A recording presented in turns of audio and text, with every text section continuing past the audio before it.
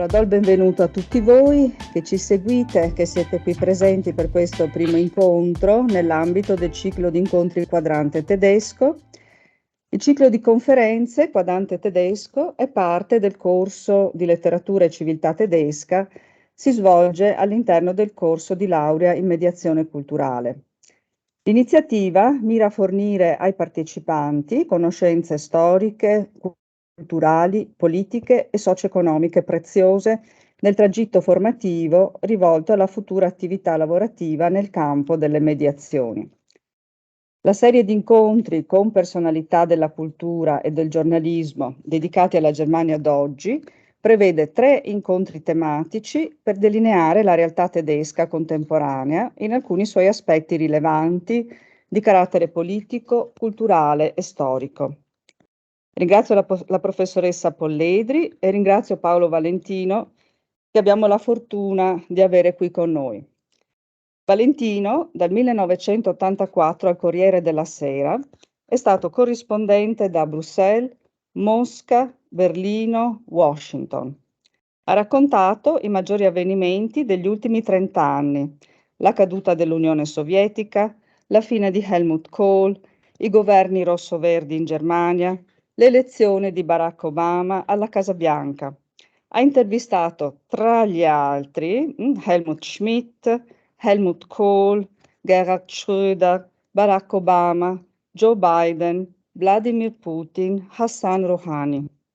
Ha pubblicato nell'estate 2021 il libro L'età di Merkel, edito da Marsilio. Ecco, Paolo, dicevamo proprio di parlare, no, di come la guerra in Ucraina sta cambiando la Germania, e io vedo che l'hai scritto anche nel tuo articolo, La Germania e il rumore del silenzio di Angela Merkel. È un articolo molto, molto denso. Ecco, ora lascio parlare, lascio parlare te. Beh, intanto grazie dell'invito, buongiorno agli studenti, grazie a Sandra per darmi questa possibilità. Mi fa molto piacere sempre misurarmi con persone più giovani di me sulle cose di cui mi occupo da molti anni. La Germania ha rappresentato il focus del mio interesse per 18 degli ultimi 25 anni, quindi mi sembra un periodo abbastanza corposo. E io cercherò di darvi alcune pillole, poi mi sottoporrò volentieri alle vostre domande, però credo che per capire meglio in che modo la guerra in Ucraina sta cambiando la Germania, bisogna fare un piccolo passo indietro, non vi tedierò molto, su quello che è successo in Germania, diciamo, grosso modo negli ultimi 30 anni, cioè dire dalla riunificazione del 1990.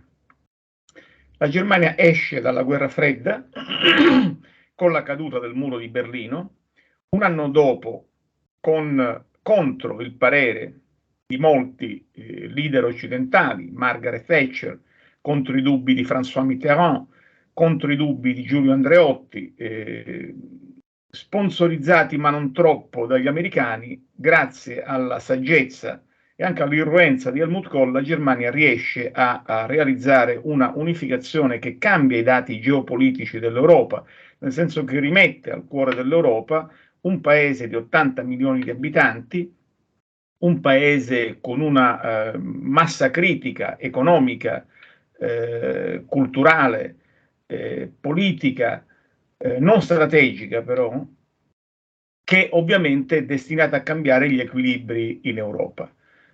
Questo in realtà succede a poco, ma non succede subito. Non succede subito perché la Germania negli anni 90 è molto occupata a completare la riunificazione, che si rivelerà più complicata del previsto, sia sul piano economico sia sul piano politico.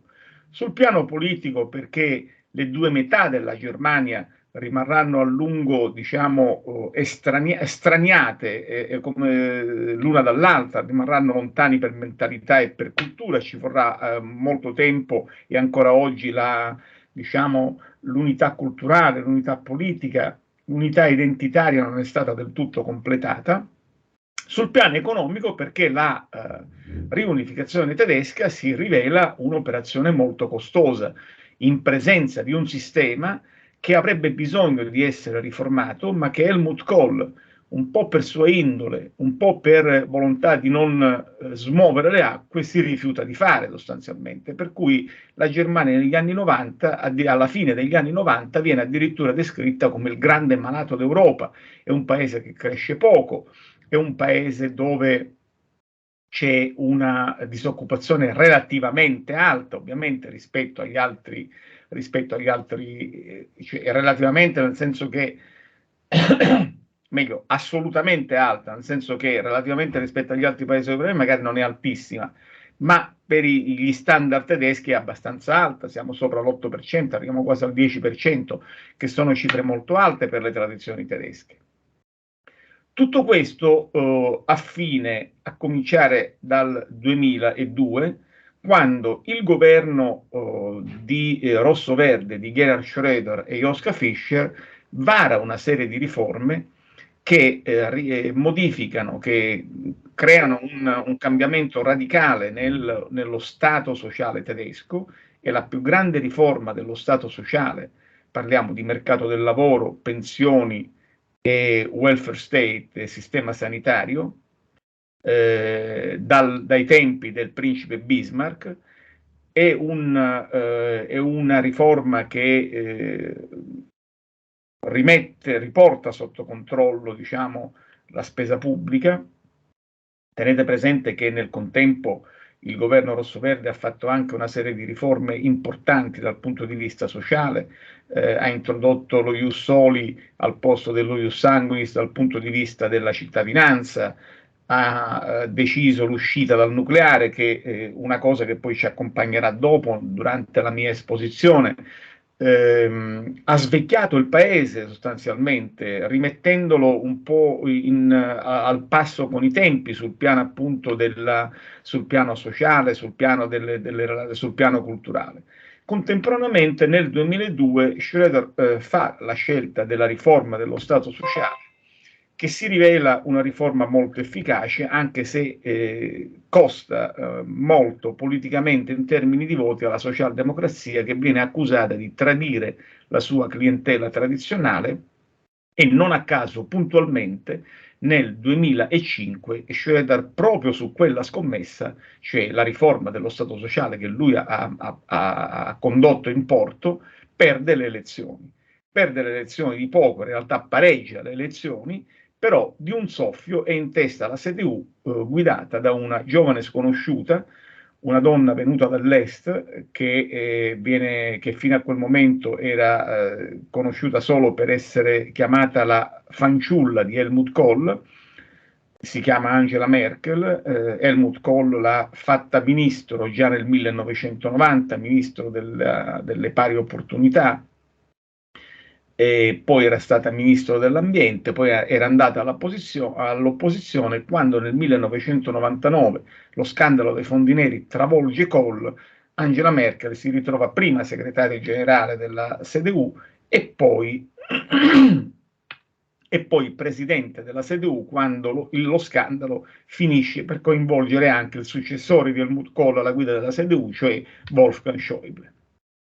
Angela Merkel sbaglia la campagna elettorale, fa una campagna elettorale molto liberista, quasi alla Thatcher, promettendo privatizzazioni, promettendo una società dove ognuno deve essere più responsabile, dove lo Stato si tira indietro, e questo rischia di farle perdere le elezioni, che in realtà appunto vince per un soffio, ma da quell'elezione lei impara una lezione, cioè dire in Germania bisogna sempre stare attenti a non mettere in discussione delle cose che i tedeschi considerano quasi scontate, e cioè il ruolo dello Stato nell'economia, la rete di protezione sociale. Solo che il vantaggio di Angela Merkel è che si ritrova, diciamo, con il lavoro sporco, chiamiamolo così, già fatto. È un po' la stessa situazione a ruoli rovesciati in cui si ritrovò Tony Blair in Inghilterra. Tony Blair, quando andò al potere in Inghilterra, si ritrovò una serie di riforme già fatte, fatte da Margaret Thatcher, che costarono lacrime, sudore e sangue alla classe operaia, ai ceti più o meno abbienti in Gran Bretagna, ma che fecero ripartire la Gran Bretagna verso un grande sviluppo. Tony Blair si guardò bene dal diciamo, cancellare le riforme della Thatcher. E così la Merkel si guarda bene dal cancellare le riforme di Schröder, anzi ne trae profitto e questo le permette di diciamo, presiedere alla più grande fase di sviluppo, più lunga e più grande fase di sviluppo e di crescita della Germania dai tempi del miracolo economico degli anni 50. I 16 anni di Angela Merkel si distinguono per due cose fondamentalmente. Per questa, diciamo, mano tranquilla della signora Merkel, che non fa mai un passo più lungo della gamba, che non sottopone il paese ad altri stress riformatori, diciamo, e che di volta in volta si misura con diciamo, problemi che vengono, che si presentano e che lei tende a diciamo, risolvere guardando proprio al problema per sé. Angela Merkel è segnata da un grande pragmatismo, la più grande dimostrazione del suo pragmatismo è quello che avviene con la scelta nucleare. Lei all'inizio non mette in discussione la scelta di uscire dal nucleare fatta dai socialdemocratici, anche perché i socialdemocratici sono i suoi alleati nella sua prima legislatura in una grande coalizione. 4 anni dopo, nel 2009, lei scarica i socialdemocratici perché vince le elezioni con un grande risultato anche dei liberali e quindi forma un governo con i liberali e a quel punto diciamo, modifica la scelta nucleare e invece di dire, cioè non conferma più la scelta di uscita dal nucleare, ma allunga il periodo di funzionamento delle centrali nucleari che avrebbero dovuto chiudere tutte entro il 2020, lei ne allunga la vita, diciamo, in omaggio alla richiesta dei liberali che erano nuclearisti, fino al 2025-2026. Tutto questo però in realtà finisce in una notte, finisce nel 2011 quando l'incidente atomico di Fukushima convince la signora Merkel, ripeto, in una sola notte, a rimangiarsi questa sua, diciamo, questo rientro nel nucleare e a ritornare alla scelta precedente, quella dei socialdemocratici, dicendo noi usciamo definitivamente dal nucleare e chiuderemo tutte le centrali entro il 2022. Questo dimostra appunto un grande pragmatismo, ovviamente. Dopodiché il modello economico al quale Angela Merkel, sotto la spinta dell'industria tedesca, degli alleati socialdemocratici che stanno con lei per la prima legislatura, la terza legislatura, la quarta legislatura, quindi per 12 dei 16 anni in cui lei starà al potere, si fonda fondamentalmente, e qui cominciamo ad avvicinarci al tema che ci interessa oggi, si fonda fondamentalmente su due pilastri. Uno è il gas a basso prezzo dalla Russia e due è la scoperta del mercato cinese. Ricordiamoci che la Merkel nei suoi 16 anni si recherà 15 volte in Cina e ogni volta alla guida di delegazioni foltissime, una volta addirittura arrivano 2 aerei di imprenditori tedeschi che firmano ogni sorta di contratti. Bisogna spiegare queste due scelte, perché hanno una radice storica. Il gas dalla Russia è un vecchio tema tedesco, cioè i tedeschi hanno comprato gas dalla Russia fin dagli anni 60, fin dagli anni 70. Ci sono due dalla Russia, prima dall'Unione Sovietica e poi dalla Russia.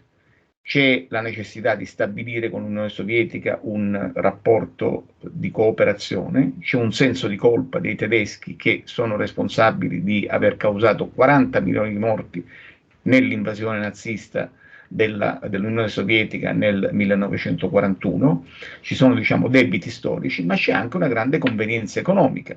I russi sono dei fornitori stabili, affidabili e offrono questo gas a prezzi assolutamente accettabili.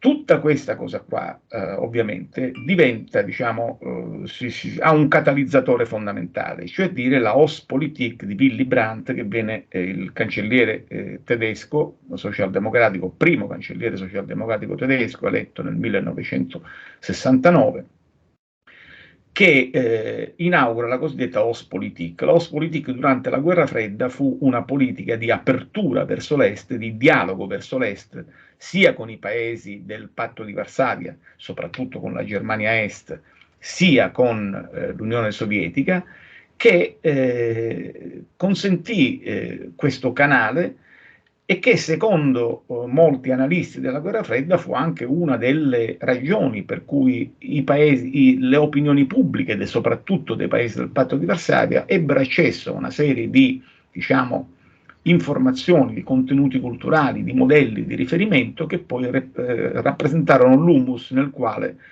crebbe la protesta del 1900, della fine degli anni Ottanta, che portò alla rottura del muro, alla rottura della cortina di ferro, alla caduta del muro di Berlino.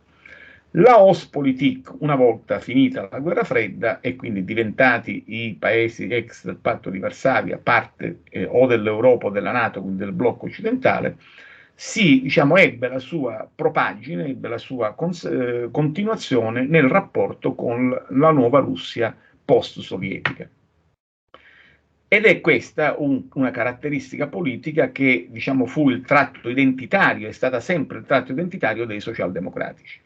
Quindi ci fu una convergenza di interessi politici, di interessi ideali, di priorità di politica estera, ma anche di interessi economici, che portò a far sì che la Germania si rendesse sempre più dipendente dal gas russo, prima con la famosa, in due soprattutto momenti apicali, cioè dire che accanto alla famosa condotta che passava dall'Ucraina, che era la cosiddetta Druzhba, la condotta dell'amicizia che ancora oggi funziona, vennero creati due nuovi collegamenti. Il Nord Stream, che passava sotto il Mar Baltico, e quindi aggirando l'Ucraina e andando direttamente dalla Russia verso prima verso la Danimarca e poi verso la Germania, e poi per volontà dell'allora cancelliere Schröder, il Nord Stream 2. Solo che il Nord Stream 2, che praticamente avrebbe raddoppiato la capacità di trasporto del gas sovietico, del gas russo verso la Germania, fu approvato non da Merkel non da Schröder nella sua fase esecutiva, ma da Merkel, e fu approvato da Merkel addirittura dopo l'invasione della Crimea del 2014, quindi ben nel 2015, quando già i rapporti con la Russia, diciamo, quando già la Russia mostrava il suo volto aggressivo e soprattutto mostrava il desiderio di cambiare per la prima volta dalla fine della Seconda Guerra Mondiale la carta geografica dell'Europa, violando una sovranità internazionale. Ci potevano essere motivi per questo, però oggettivamente era una violazione del diritto internazionale, appunto quella che fu concretizzata dall'annessione della Crimea. Quindi questo fu uno dei pilastri è stato uno dei pilastri del modello tedesco: energia a basso costo, soprattutto dalla Russia, per la quale la Germania si rese dipendente addirittura al 75% del suo fabbisogno energetico, che è una cifra assolutamente, diciamo, non giustificata, perché anche se non fosse stata la Russia, anche se fosse stato un paese amico, nessun paese può permettersi il lusso di mettere, diciamo, di affidare tutto il suo fabbisogno energetico a un altro per il 70%, cioè di mettere tutte le sue uova energetiche in un paese, perché le fonti vanno diversificate. Ed è una cosa che ovviamente la Russia, lo vedremo adesso, la Germania in questi giorni, in questi mesi, sta pagando in modo molto caro. L'altro pilastro del modello di sviluppo tedesco di questi anni, degli anni di Merkel, dei 16 anni di Merkel, è stato il mercato cinese.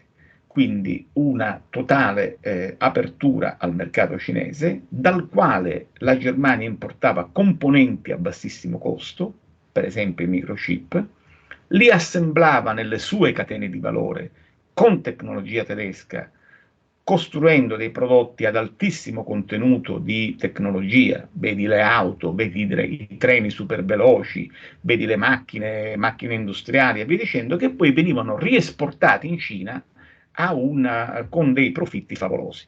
Questo modello di, diciamo, export-led tirato dall'esportazione ha fatto la fortuna della Germania, che grazie a questo modello è riuscita a superare indenne anche la crisi del 2008-2015, quando, ed è questo l'altro aspetto della l'altra faccia della medaglia, quando impose a tutta l'Europa la famosa austerità in nome, diciamo, delle economie di bilancio. Avendo la Germania già fatto, diciamo, quelle riforme che aveva fatte Schröder, appunto, e soprattutto forte di una impostazione della moneta unica che privilegiava sicuramente la cultura deflazionista che era tipica della Bundesbank. Qual è il problema in questo modello? Che la Germania, che ovviamente oltre al mercato cinese sfruttava anche i vantaggi del mercato unico europeo e che quindi grazie alla moneta unica è diventata, anche grazie alla moneta unica, è diventata un gigante economico, non ha voluto, diciamo, assumersi le responsabilità politiche che derivavano dall'essere gigante economico. Non che poi non l'abbia fatto, perché poi non l'abbia del tutto fatto, nel senso che poi la Germania è comunque il principale contribuente del bilancio europeo, poi alla fine in alcuni momenti fondamentali è intervenuta, ma l'ha fatto sempre in ritardo. Ricordiamo la crisi greca. Se la Germania nel 2009 fosse intervenuta con una cifra tutto sommato modica, erano 45 miliardi di euro, per salvare la Grecia dalla prima crisi, cosa che avrebbe dato il segnale, cosa che era possibile, avrebbe dato il segnale di una solidarietà finanziaria europea, avrebbe dato il segnale ai mercati di una solidarietà finanziaria europea che avrebbe placato la speculazione e non avrebbe fatto scatenare tutto quello che successe dopo. La Germania questo lo fece sempre in ritardo, perché la Merkel appunto temporeggiava, perché era il suo modo di fare politica. Lei soppesava sempre tutte le alternative e diciamo, agiva solamente quando non era possibile far altro, perché teneva sempre occhio ai sondaggi interni, non voleva mai sbilanciarsi, non gettava mai il cuore oltre l'ostacolo. Questo è stato un po' diciamo, il limite della leadership di Angela Merkel. Il che ovviamente però, la quale ovviamente ha altri meriti, quello per esempio di aver tenuto insieme l'Europa in una fase in cui tutto questo non era affatto scontato, perché le tendenze centrifughe che emergevano in quegli anni in Europa non sarebbero state, diciamo, annullate se non ci fosse stata l'opera di mediazione di Angela Merkel. I 16 anni di Angela Merkel all'interno della Germania si caratterizzano anche per una mancanza di investimenti, perché tutto questo, diciamo, profitto, tutti i vantaggi, tutto questo attivo commerciale che derivava appunto da un modello di sviluppo che esportava senza fine e che continuava a crescere quando tutti gli altri paesi europei erano in decrescita con un'alta disoccupazione, mentre la Germania andava a gonfie vele. Tutto questo modello aveva per risvolto che invece di usare questo attivo commerciale per investire nell'economia e consentire a tutto il resto dell'economia europea di riprendersi anche a vantaggio di quella tedesca, in realtà venne usato per inseguire una sorta di mantra il cui profeta fu il ministro delle finanze, appunto Wolfgang Schäuble, che era quello della Schwarze Null, cioè lo zero nero, cioè dire il bilancio in pareggio. La Germania sostanzialmente ha perseguito la politica del bilancio in pareggio, politica centrata, lo hanno fatto, hanno pareggiato il bilancio, però pagando un prezzo interno altissimo, nel senso che la Germania, adesso vi stupirà quello che dico, è un paese che funziona poco. L'alta velocità è ferma agli anni 90, i servizi funzionano poco, ci sono intere zone del paese dove le coperture internet sono ancora al 2G, mentre siamo ormai al 4G. È un paese dove i servizi sono molto indietro, dove c'è un problema un problema casa reale in moltissime città. Cioè è un paese che ha delle contraddizioni enormi al suo interno, pur essendo un paese che deborda di denaro, ovviamente.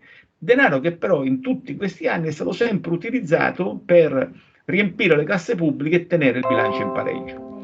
Tutto questo, diciamo adesso chiudiamo questa lunga premessa e andiamo al dunque, tutto questo, diciamo, nel momento in cui finisce l'era di Angela Merkel, viene messo in discussione dallo scoppio della guerra in Ucraina. Prima dello scoppio della guerra in Ucraina c'è già un segnale molto preciso che le cose devono cambiare. C'è una campagna elettorale nella quale i socialdemocratici e i verdi fanno una campagna elettorale in nome di una politica economica espansiva, ovviamente dicendo che bisogna colmare questo deficit di investimenti che esiste in Germania. La campagna elettorale finisce in un modo molto strano, con un quasi pareggio che però vede i socialdemocratici di poco in testa sulla CDU-CSU che era stata di Angela Merkel, guidata da Armin Laschet, un ministro presidente del Nord Reno-Westfalia, un candidato un po' senza qualità, ma che dimostra, ma che è l'espressione di tutto il vuoto di contenuti in cui si è ritrovata la CDU alla fine dell'era Merkel, che sostanzialmente Angela Merkel era stata lei il programma della CDU. Per dirvi, nell'ultima elezione la sua campagna elettorale fu condotta all'insegna dello slogan "Voi mi conoscete", cioè nessun programma, nessuna proposta nuova, nulla di nulla, ma semplicemente lei. Voi mi conoscete, e su quella base del voi mi conoscete aveva rivinto per la quarta volta le elezioni.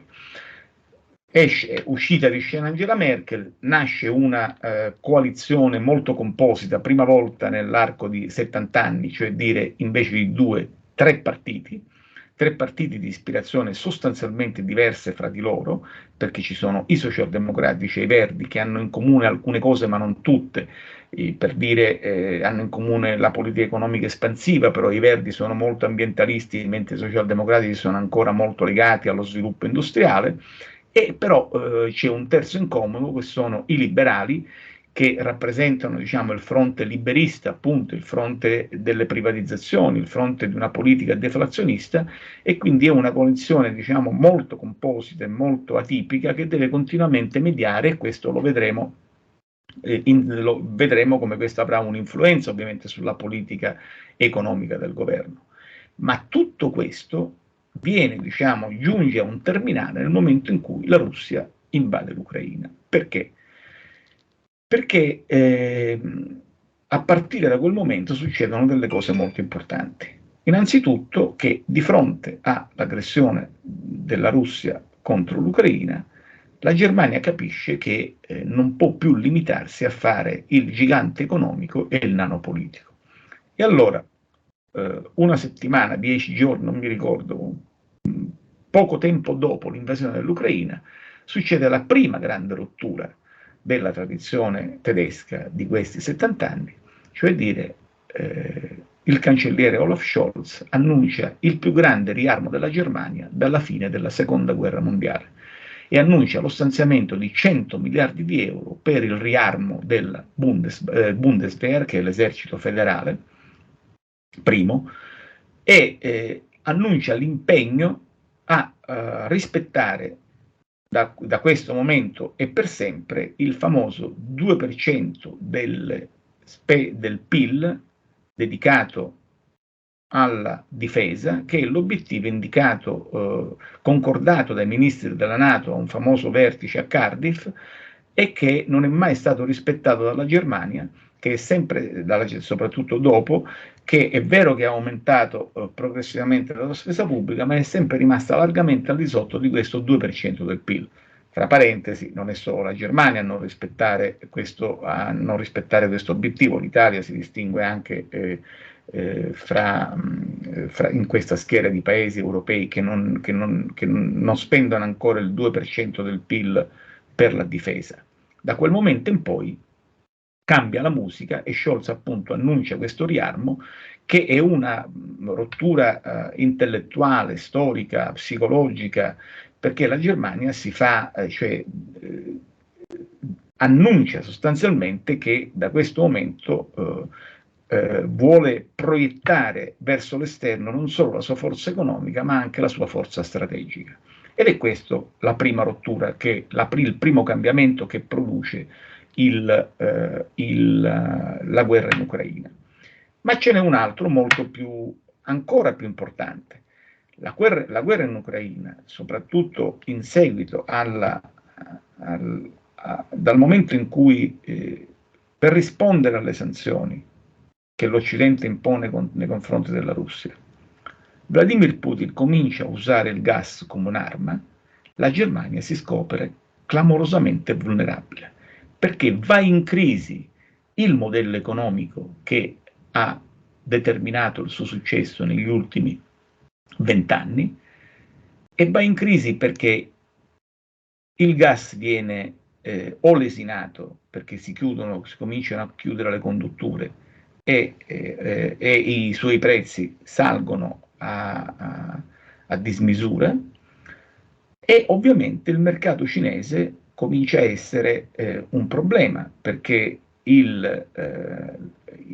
la Germania si pone anche un altro problema, cioè dire se è il caso di ripetere con la Cina gli stessi errori che sono stati commessi con la Russia, con la differenza che la dipendenza dal mercato cinese è molto più strategica, è molto più perché riguarda il cuore dell'industria tedesca, cioè dire l'automobile o le piccole e medie imprese altamente tecnologiche specializzate che esportano in Cina.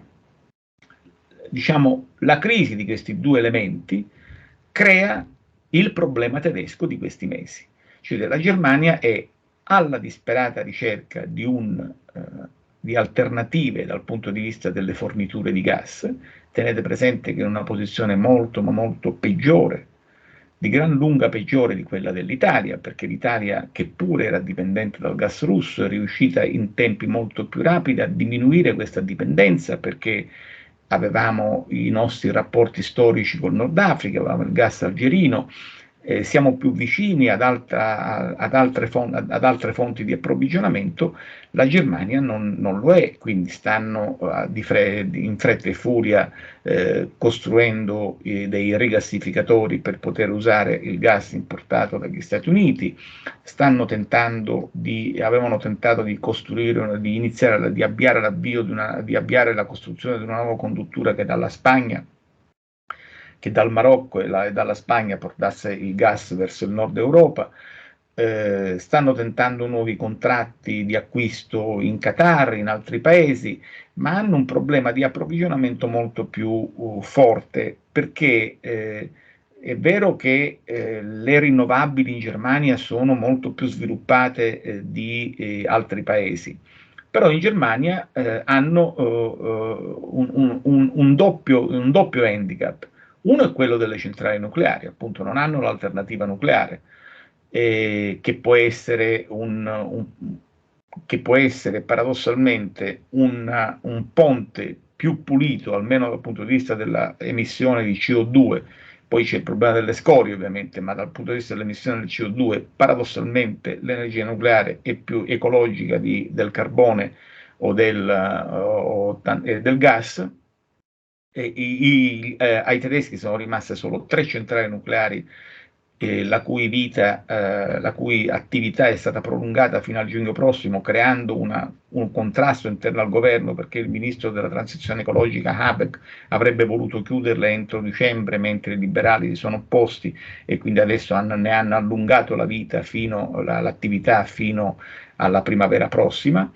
C'è un problema di chiusura delle centrali a carbone, che paradossalmente la Germania ha dovuto riaprire quando hanno abbandonato il nucleare, col risultato che, almeno nell'immediato, la Germania è diventata uno dei più grandi produttori di CO2, di emissioni nocive nell'atmosfera, proprio perché in nome dell'abbandono del nucleare hanno dovuto, in questa fase transitoria, rimettere in funzione le centrali a carbone che adesso progressivamente stanno chiudendo. Insomma, l'ingorgo dell'approvvigionamento energetico è diventato un handicap, una specie di cappio al collo della Germania.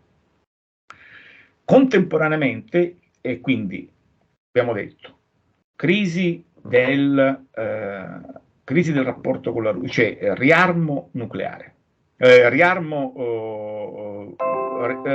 convenzionale, riconversione energetica legata appunto al fatto che Putin usa il gas come un'arma, e che la Germania era eccessivamente dipendente dal gas russo.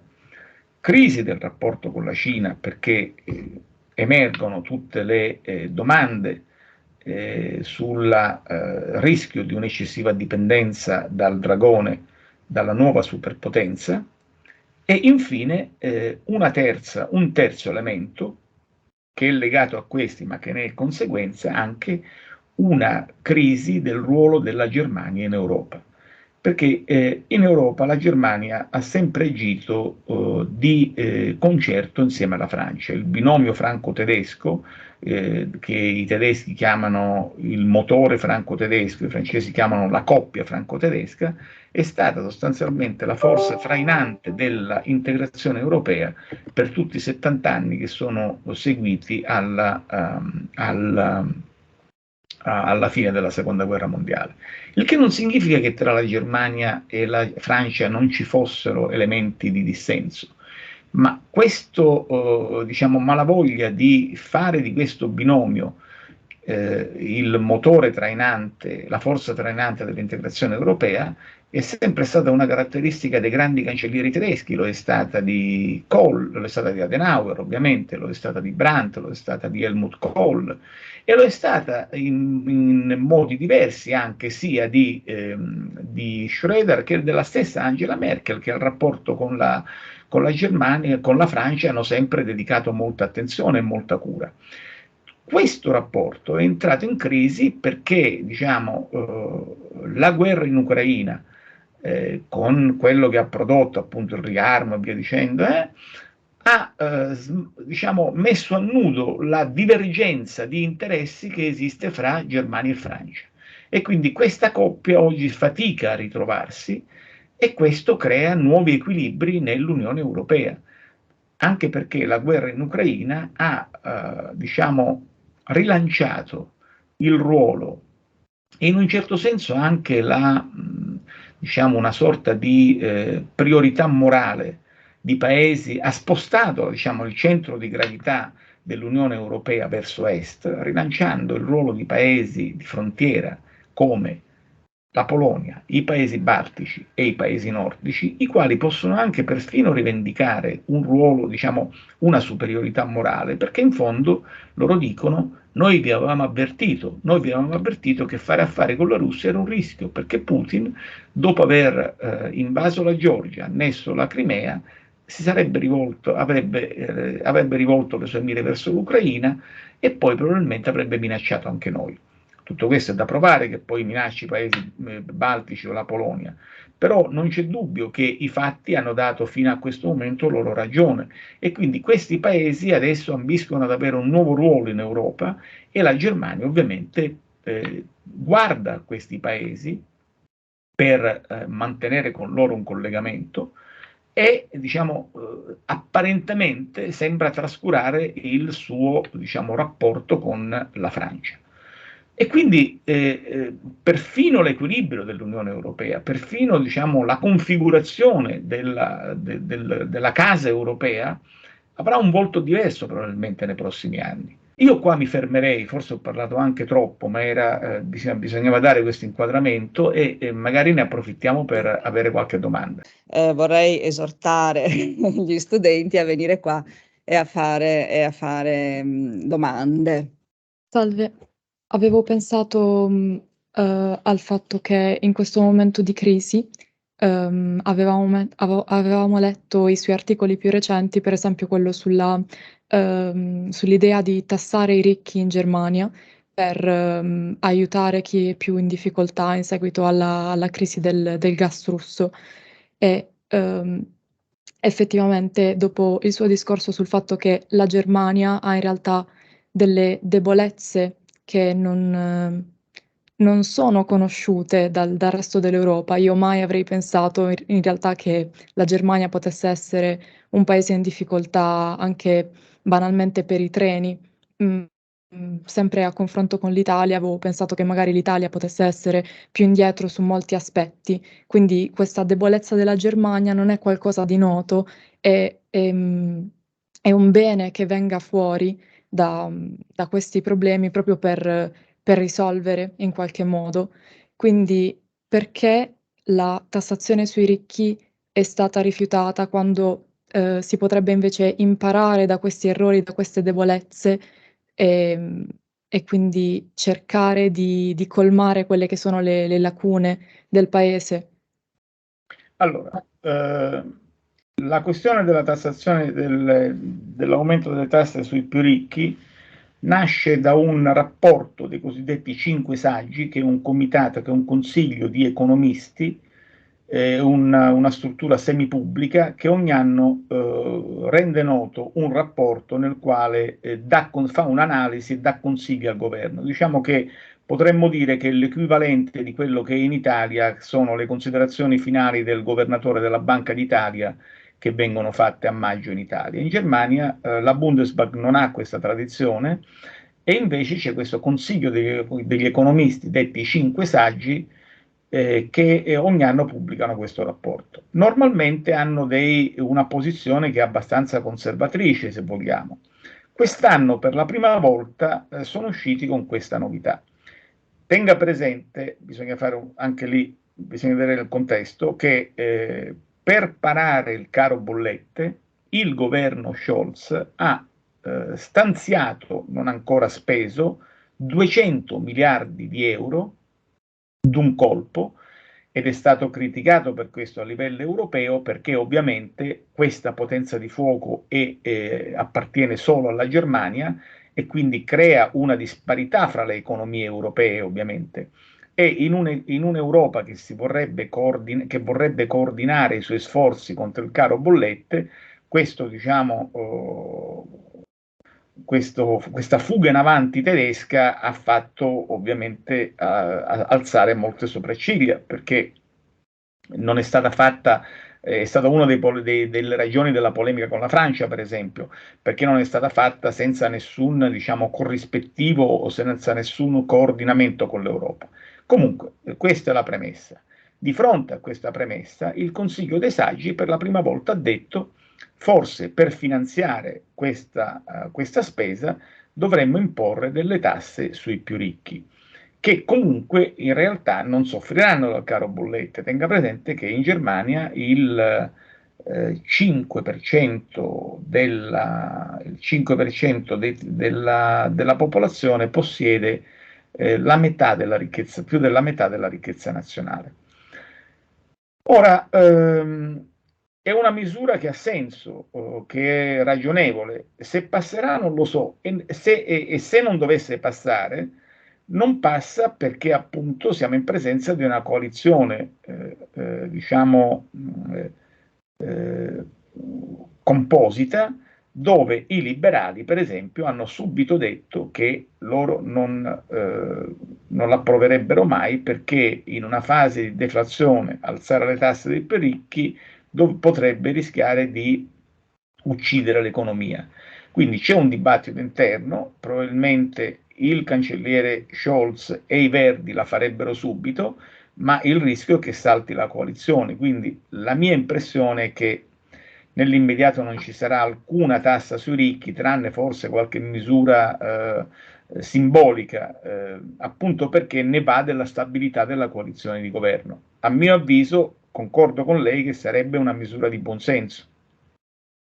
Va bene, grazie mille, perché avevo pensato proprio al confronto anche con l'Italia, in cui in questo momento di crisi invece molti partiti hanno proposto la flat tax piuttosto che cercare di incoraggiare chi è più in difficoltà. Quindi, al contrario, la tassazione sui ricchi mi sembrava qualcosa di più La flat intelligente. tax ovviamente l'hanno proposta e se la sono rimangiata perché i margini per la flat tax non esistono. Infatti abbiamo visto proprio in questi giorni, non voglio fare commenti sull'Italia, ma alla fine questa manovra di governo cioè tutte le ambizioni o le velleità di questa coalizione di governo preelettorali credo che non hanno nessuna, non fossero assolutamente fondate, perché poi i margini in cui si può muovere un'economia come quella italiana sono abbastanza, diciamo, stretti e è difficile non muoversi sul solco che è stato tracciato dal governo Draghi. Va bene, grazie mille. Prego. Buongiorno, la mia domanda fa più riferimento alla decisione del riarmo e delle armi da parte della Germania e all'articolo appunto la scelta della Germania che fa riferimento al piano attuato da Scholz. Lei ha fatto riferimento al fatto che ci sono state molte critiche per quanto riguarda il piano attuato da Scholz, soprattutto da fonti esterne e da fonti interne per quanto riguarda in realtà più il livello politico. La mia domanda riguarda più che altro la reazione del popolo. Queste critiche sono state portate avanti anche dal popolo tedesco oppure il popolo tedesco in un qualche modo ha avuto una reazione diversa, un po' a livello generale, insomma? Ma sul riarmo credo che i sondaggi dicano che la maggioranza della popolazione è favorevole, così come è favorevole al piano dei 200 miliardi stanziati per parare il caro bollette. Quello che è vero però è che, per esempio, la popolarità del cancelliere Scholz è in calo e che i socialdemocratici stanno, dal punto di vista dei sondaggi, sono in notevole discesa. In compenso però i verdi sono in aumento, quindi è una cosa che riguarda piuttosto i partiti, non i piani, perché c'è una contraddizione in questo, no? Appunto, o il popolo è contro questi piani ed è quindi contro tutti i partiti che hanno appoggiato questi piani, o altrimenti non si spiega com'è che alcuni partiti sono in aumento e alcuni partiti sono in calo. In realtà credo che ci sia un problema di personale con Scholz che non incontra dal punto di vista caratteriale, empatico, il favore della popolazione, però in generale, però per esempio i Verdi sono in forte aumento rispetto a quando al risultato elettorale. Nei sondaggi è in aumento anche la CDU-CSU, cioè dire l'opposizione cristiano-democratica. Però l'opposizione cristiano-democratica non è che proponga qualcosa di differente. Sul riarmo sono totalmente d'accordo, anzi dicono che bisogna spendere di più. E sul piano per l'economia non fanno nessuna obiezione sull'ammontare della spesa, fanno qualche obiezione sulla composizione della spesa, quindi sul principio che bisogna gettare soldi nell'economia per parare il caro vita che è derivante dalla crisi del gas, dalla crisi energetica, anche loro sono sostanzialmente d'accordo. C'è invece una protesta crescente, soprattutto nei paesi dell'est, ma questa è una cosa un po' diversa, contro la politica del governo rispetto contro la posizione del governo sulla guerra in Ucraina. Perché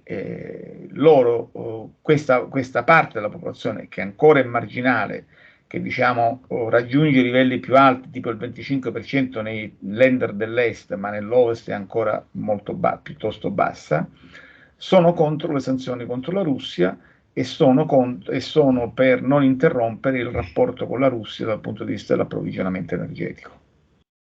Però questo avviene in nome di che cosa? In nome del fatto che la gente comincia a sperimentare appunto le difficoltà che derivano dal fatto che il gas non sia più a buon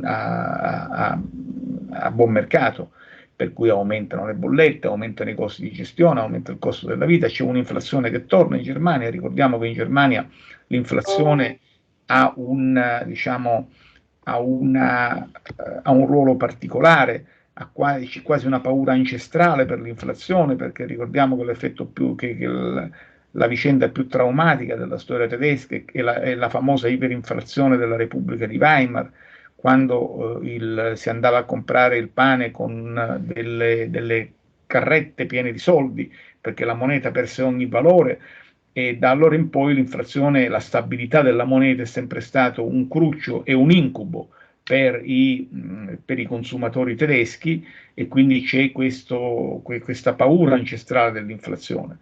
Tutto questo sta creando una protesta che cresce, ed è proprio per parare questa protesta che il governo ha varato il suo piano, perché capisce che c'è una, diciamo, tensione sociale che rischia di raggiungere un punto di rottura, ed è per questo, questa è la giustificazione che adduce il governo, che loro hanno fatto tutto da soli, senza prima coordinarsi o affrontare i tempi lunghi dell'Europa, perché avevano bisogno di parare immediatamente il rischio di questa protesta che cresce soprattutto nei lender dell'est. Tornando a quello che ci dicevamo prima all'inizio di questa discussione, il fatto che la protesta cresca di più nei lender dell'est dimostra ancora una volta che la riunificazione culturale e politica del paese è ancora da compiere, ovviamente, perché le reazioni alla crisi sono diverse a est e a ovest. Ottimo, grazie mille. Allora, a qualche domanda hai già risposto, e allora vorrei portene una io.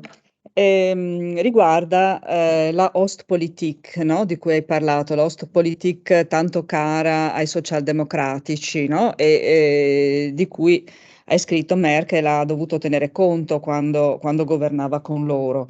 Ecco, adesso c'è un ripensamento, ho visto, vero, ho letto di Schäuble, no? Che diceva sì, abbiamo collaborato con i russi, magari contro il terrorismo islamico, però non abbiamo tenuto abbastanza conto di quello che facevano in Cecenia, per esempio, no? Ecco, in Germania stanno ripensando a questa Ostpolitik, stanno pensando a come cambiarla, eventualmente a coltivare di più le relazioni con alcuni paesi dell'est, meno con altri. Cosa ci puoi dire a Sì, riguardo? non c'è dubbio che c'è un ripensamento, ma c'è anche un dibattito in corso, perché c'è Mm, una forte componente, perfino all'interno della CDU, rappresentata per esempio da alcuni ministri presidenti dell'Est, tipo Kretschmer, che è il ministro presidente della Sassonia, i quali dicono: una volta passata tutta questa vicenda, noi dovremo tornare ad avere rapporti molto buoni con la Russia. mm, Ma perfino Angela Merkel, in una delle sue rarissime apparizioni post cancellerato, ne ha fatte 2, credo 3, non mi ricordo, perfino lei ha detto che non si può pensare all'ordine europeo senza immaginare un posto per la Russia. Quindi in realtà il ripensamento sull'Ostpolitik c'è, è forte, però c'è anche un fortissimo dibattito interno perché ci sono alcuni radicamenti molto precisi sul fatto che la Germania debba, ci sono diciamo, delle radici molto forti intorno all'idea che la Germania debba comunque avere un rapporto con la Russia. Mm-hmm. Interessante. Mi veniva in mente anche questo, no? Come scrivi nel tuo libro L'età di Merkel, no? Putin una volta ha fatto entrare il suo cane, diciamo di grossa taglia, nella stanza in cui incontrava la cancelliera, no? Ben sapendo della sua fobia per i cani. Ecco, come può essere visto secondo te questo gesto adesso e ora, no? Se dovesse reincontrare Scholz, rifarebbe una cosa del genere? Scholz ha paura dei cani, ma insomma la Merkel disse una cosa molto carina, molto interessante. Allora dice, voleva intimidirmi, era veramente intimidirmi, io sono stata ferma. Fa parte di questa, diciamo, di questo modo di essere un po' bullo, un po' provocatore, che credo sia un elemento costituente della personalità di Putin. Credo che però oggi Putin abbia altri problemi che non, diciamo, cioè se dovesse incontrare Scholz, credo che avrebbe altre priorità rispetto a quello di colpirlo con un colpo a sorpresa, diciamo.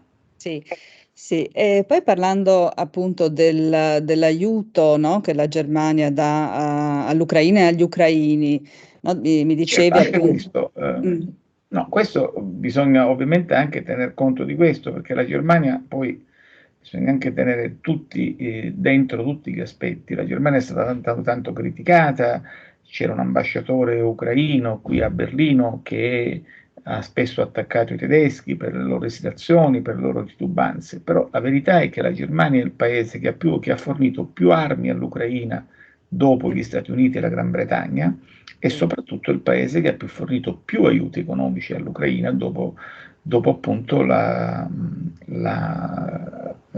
rispetto a tutti gli altri, ed è il paese anche che ha accolto più rifugiati dall'Ucraina rispetto a tutti gli altri. In Germania ci sono oggi più di 1 milione di rifugiati dall'Ucraina.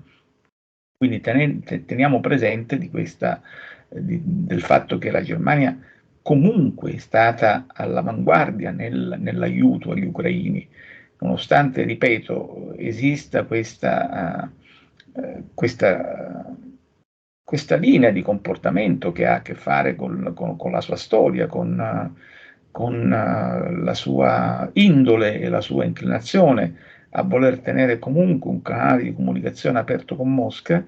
Non c'è dubbio che la Germania è stata, sia pure anche con qualche ritardo, con qualche ripensamento, con qualche discussione, però la Germania è stata assolutamente all'avanguardia nell'appoggiare Kiev.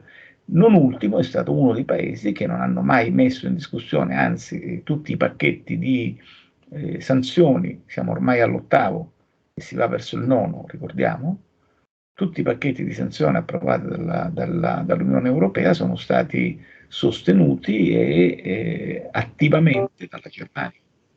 Sì, sì, sì. Ecco, nel corso qui che sto tenendo, a un certo punto qualcuno si chiedeva, ma non è che a volte si pretenda tanto dalla Germania, no? Che la Germania è un paese che ha delle difficoltà, così come... questo è vero, sì, noi probabilmente pretendiamo molto dalla Germania, però è anche la Germania che, diciamo, cioè non si può ignorare questo passo diverso, questa dimensione diversa che ha la Germania. La Germania è il paese che più trae profitto dal mercato unico europeo, dall'Unione Europea, e che però fino ad oggi è sempre stata, diciamo, riluttante a tradurre questo enorme vantaggio in una totale responsabilità politica. Ripeto, che non significa che non l'ha fatto, perché poi quando arriva, diciamo, ai piedi del muro lo fa. Ricordiamo quello che successe durante la pandemia.